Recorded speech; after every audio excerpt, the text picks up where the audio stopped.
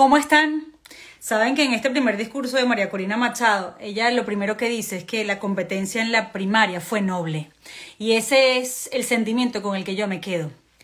Porque todo eso que se había predicho antes de la primaria, que la oposición iba a comenzar a dejar aflorar sus mismas mezquindades, y aun cuando ganara de manera avasallante, como pasó en María Corina Machado, quizás algunos iban a insistir en que era mejor un candidato habilitado, un candidato más viable.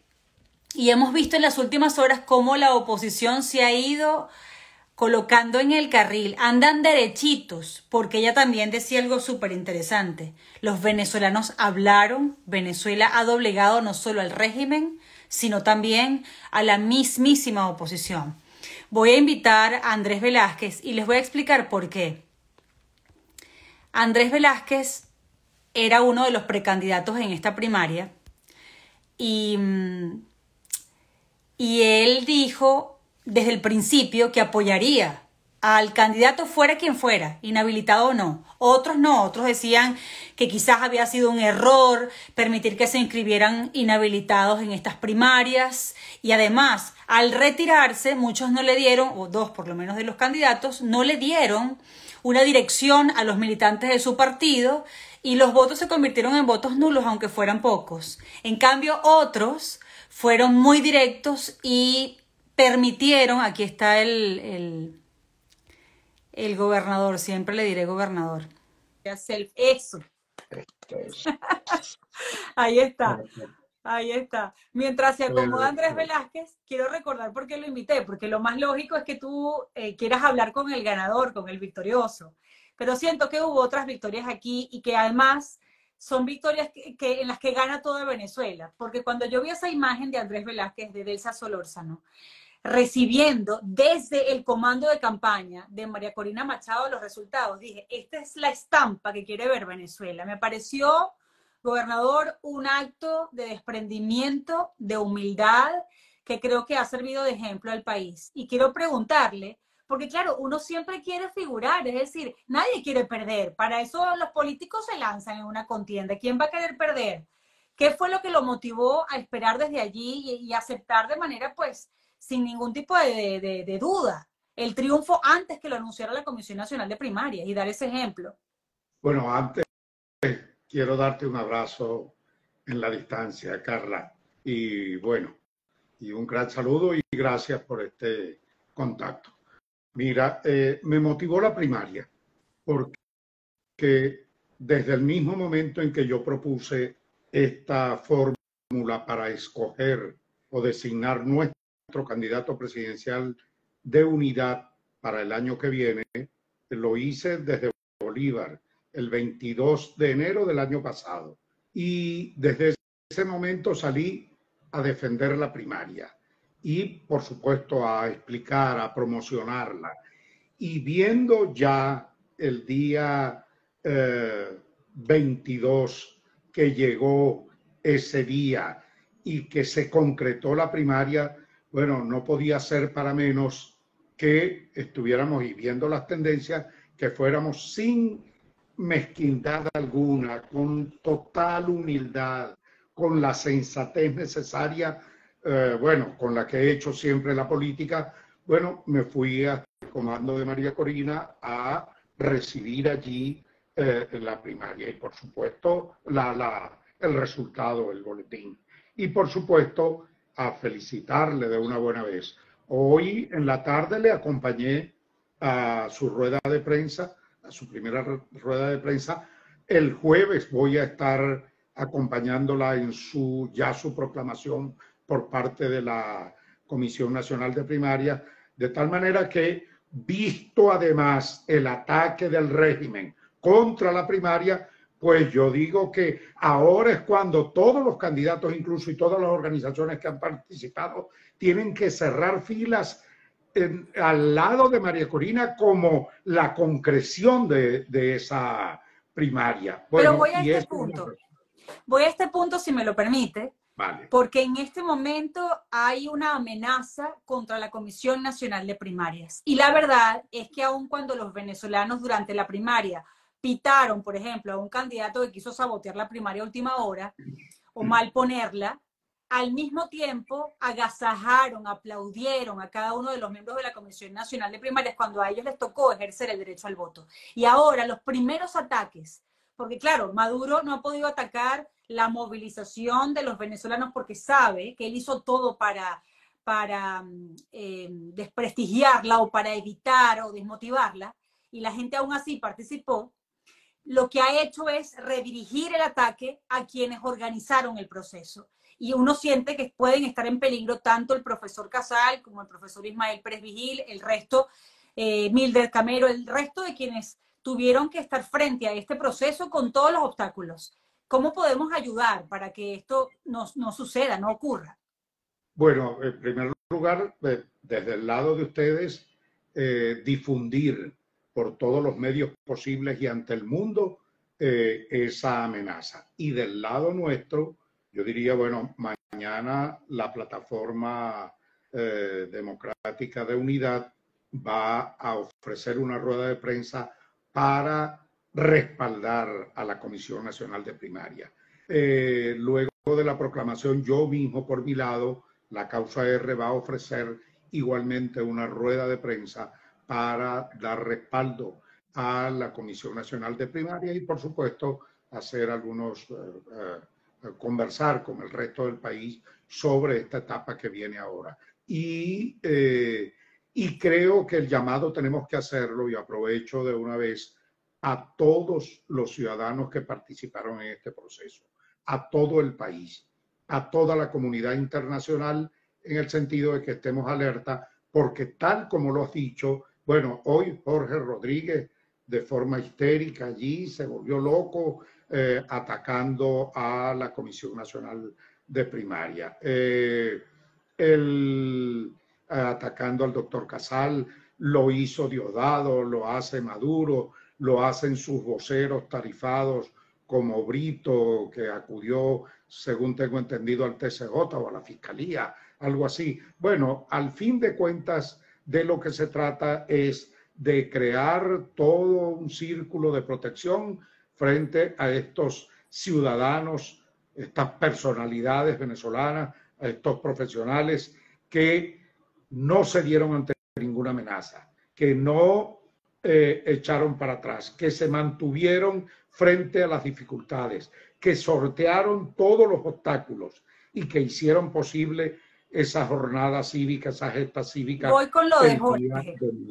Voy con lo de Jorge Rodríguez, porque es tal el descaro que él ahora dijo que iba a llamar a Gerardo Blay, que iba a llamar a Noruega, porque había falta de condiciones en las primarias, cuando se ha establecido una mesa de negociación justamente porque es el régimen que él representa el que no ha querido respetar el derecho de los venezolanos a tener una elección presidencial libre y justa, y que además, como los secuestradores solo están dispuestos a acceder a que eso pase, aún siendo un derecho a cambio de plata, como hacen los secuestradores, pues. Entonces él dice, se atreve a hablar sin ningún tipo de autoridad moral de la supuesta falta de condiciones de las primarias.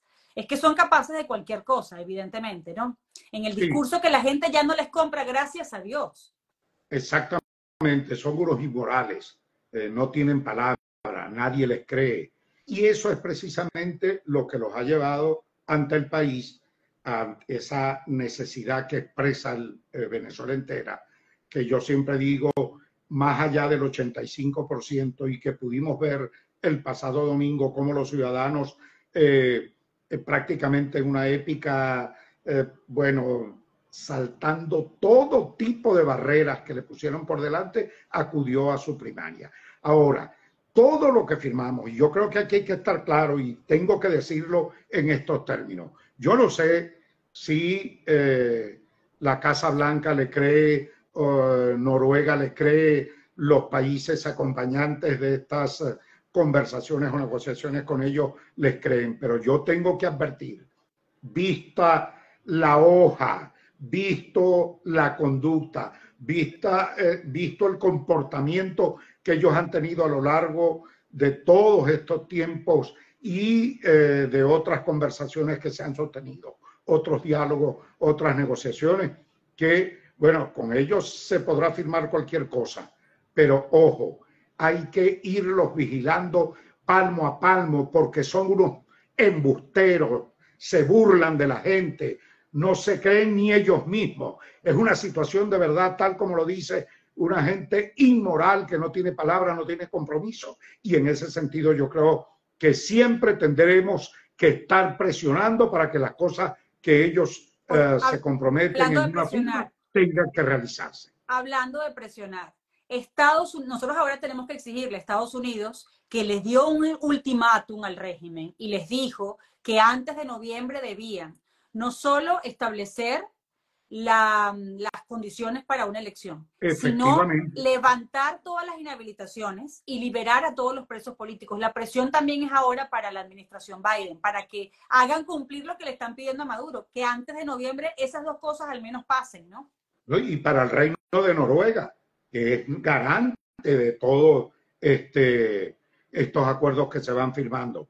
Pero como quiera que Maduro y, es decir, Miraflores, Casablanca, están conversando también de forma directa y en medio de todo esto están estos acuerdos de carácter político con la delegación México o con esas conversaciones en el marco de los acuerdos de México, bueno, efectivamente creo que todos debemos estar pendientes, porque a pesar de que dijeron allí que respetarían la primaria, efectivamente, dejaron hacerla, pero como ha sido tan contundente y ante eso no hayan que hacer, ante esa demostración ciudadana, entonces intentan, ya no por la vía de que no la dejaron hacer, sino por la vía de descalificarlas, minimizarlas, es decir, relativizar una gesta ciudadana que tiene un resultado que nos permite hoy decir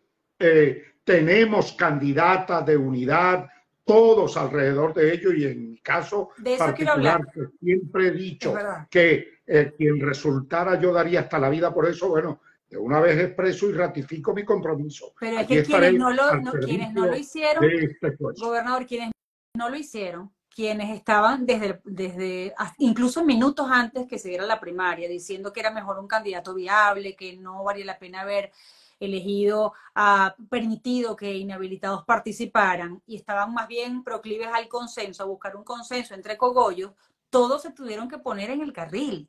Incluso candidatos y partidos políticos que además le dieron la espalda y dejaron en el abandono absoluto a quien se atrevió a sabotear la elección a última hora. Es decir, el costo político, personal de Prosperi, yo nunca lo había podido predecir. Nadie hubiera podido predecir eso. Sí.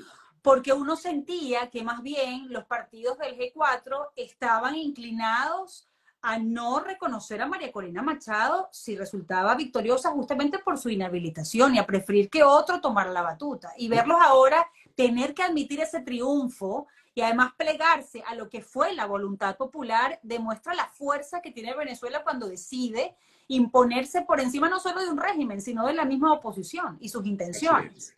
Y ojo, eso hay que tomarlo en cuenta. De allí viene aquello, Carla, que siempre uno repite, yo suelo repetirlo.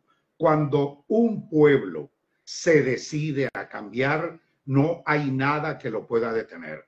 Y yo de una vez lo digo aquí, para mí no existen inhabilitados, como no lo existió para el pueblo. Porque a pesar de que la dictadura quiso hacer una campaña con esto de la inhabilitación y factores de la propia plataforma democrática se plegaron de eso para ver si lograban confundir a la población. Bueno, allí está la respuesta de la población, allí está contundente, no hay lugar a dudas. De manera que para mí, hoy por hoy, digan lo que digan ellos, aquí no hay inhabilitados. Bueno, María Corina es nuestra candidata para el próximo año 2024. Porque aquí un seguidor me decía, Carla, tienes que entrevistar a un abogado constitucionalista para que explique las inhabilitaciones y su viabilidad, ¿no? De ser levantadas. esto no tiene nada que ver con la ley ni con la justicia. Esta fue una decisión política. Si no, no se estaría negociando en esa mesa con la intermediación de Estados Unidos y de Noruega. Es decir, aquí el régimen tomó una decisión para tratar de sacar del camino a sus principales contrincantes, quienes realmente pudieran desafiarlo. Es una decisión política que se está negociando en un ambiente justamente político. Sí, las inhabilitaciones no tienen ningún asidero jurídico. Son arbitrarias, caprichosas, tal como lo has dicho, de carácter político para enfrentar a adversarios del régimen. De manera que aquí no hay ningún tipo de discusión o de interpretación jurídica que valga, porque toda inhabilitación tiene que estar sustentada de acuerdo a lo que establece nuestra Constitución por una decisión de un tribunal de manera firme contra un delito que haya cometido en sus funciones algún funcionario. Y eso no ha ocurrido ni con Superlano, ni con Enrique Capriles, y mucho menos, por supuesto, con María Corina Machado.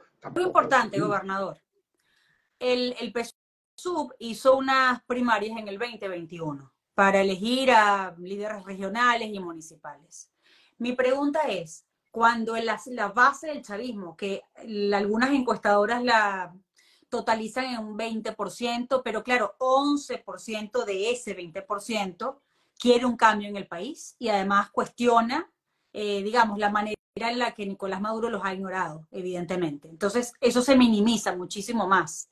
Pero esa base, cuando vea que la oposición se puede contar, que el público, que el venezolano disidente, ese que abiertamente va contra este régimen, sí ha podido elegir de manera democrática a su liderazgo. ¿Qué efecto, qué impacto tiene eso en la poca base que le queda a Maduro? Porque él no se ha contado. Es decir, ¿cuántas mesas lo han elegido a él? ¿Cuántas auditorías se han hecho para...? Ellos todavía entiendo que no han definido al candidato presidencial para el 2024, pero ¿cuántos electores dijeron que él era el candidato? ¿Cuánta gente del PSUV ha podido votar con la misma libertad que lo hicimos usted y yo? Así es, ninguno. Y yo creo que la base del PSUV, esa poca base que les queda, bueno, se dan cuenta de esto, porque ya te digo, una base ya bien estrecha, porque yo vi gente del PSV, de esos del barrio, que participan con ellos, que fueron a votar sin miedo alguno.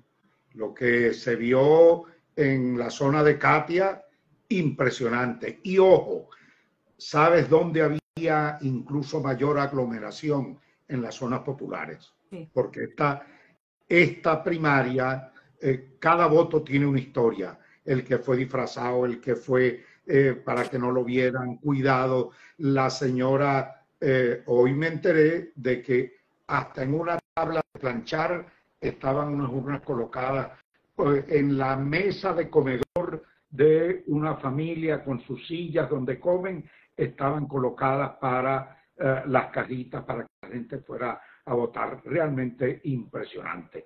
Y creo efectivamente que esto es inédito. Y por supuesto eso no lo va a hacer jamás el PSV. Y Maduro jamás se someterá a una primaria para que dentro de su partido indiquen de manera abierta, libre, sin ningún tipo de chantaje ni extorsión política, quién sería su candidato. Tengo que preguntarle bueno, hoy estamos dando nosotros la demostración. Tengo que preguntarle esto porque me parece que es crucial en lo que pasó el domingo.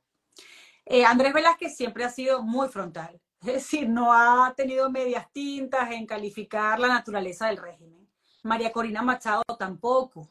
Es decir, ella creo que ha sido muy coherente siempre.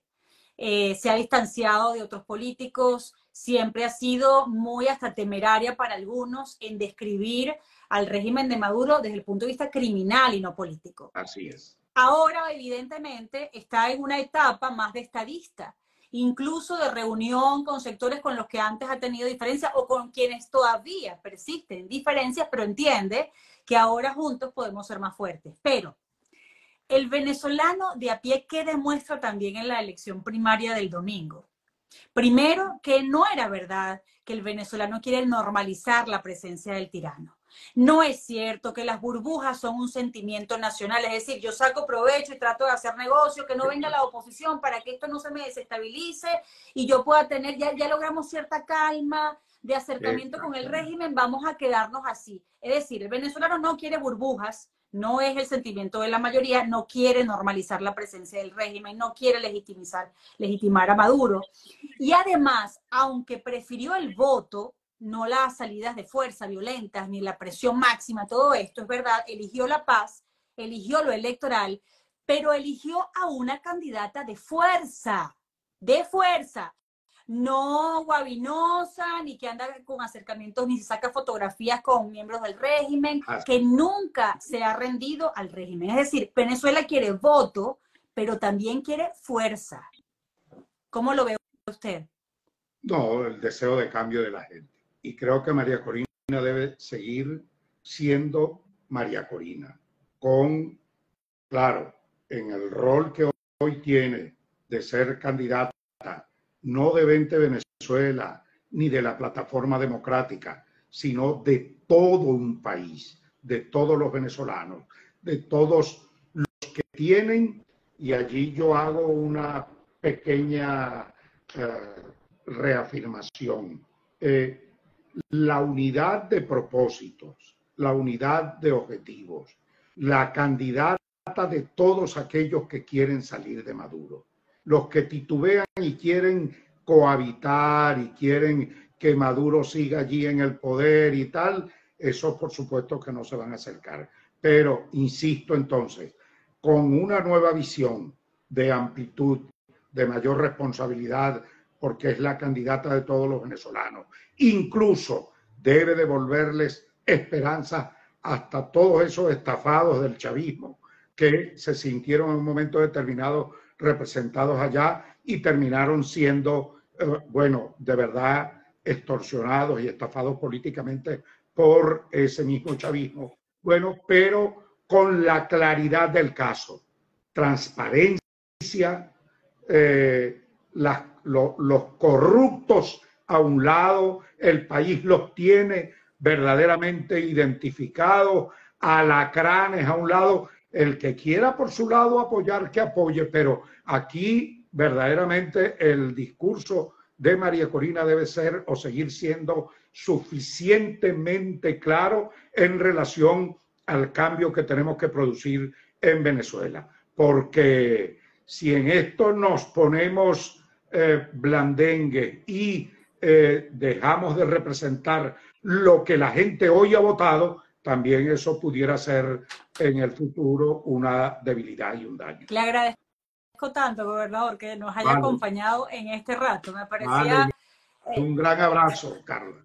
De verdad. Gracias a usted. Me parecía justo reconocer, por cierto, no solo Elsa Solórzano, también Andrés Velázquez, sino también César Pérez Vivas se acercó allí antes del resultado y dijo que iba a felicitar a María Corina, Tamara, Adrián, otros candidatos. Caleca también se sacó una fotografía, no sé si se quedó hasta el final, pero también se quedó. El único que no quiso la foto y Venezuela lo sacó de la foto fue Prosperi. Para algunos es una lástima porque es un liderazgo joven. Bueno, ya tú sabes, por pretender manchar este proceso tan hermoso de toda la población venezolana. Fue un proceso fue un proceso claro, ¿verdad, gobernador? Claro. Tú no sabes el orgullo y la alegría que yo tengo. Ojalá pudiera transmitirle a todo el pueblo venezolano la alegría, mi alegría, compartir lo que esto ha significado para mí. Y donde, ojo, cuidado con aquellos que se ponen a sacar cuentas de que, bueno, ¿quién llegó de segundo, de tercero, de cuarto? Porque sería realmente ocioso que después de esa ventaja que tiene María Corina, el 6% restante, vamos a ver cómo quedamos aquí. María Corina, sin duda alguna, es no solo la candidata del país, sino quien tiene una voz cantante importante en la dirección política. Y eso que llaman el G3, pues ahora uno de los que era el G4 antes está abiertamente y apoyó, que fue voluntad popular. Pero ese G3 tiene que reformular su comportamiento y su manera de encarar la cosa y no pretender seguir imponiendo a troche y moche a su libre albedrío lo que eran sus decisiones políticas frente a los demás. Gracias, gobernador. Vale, gracias.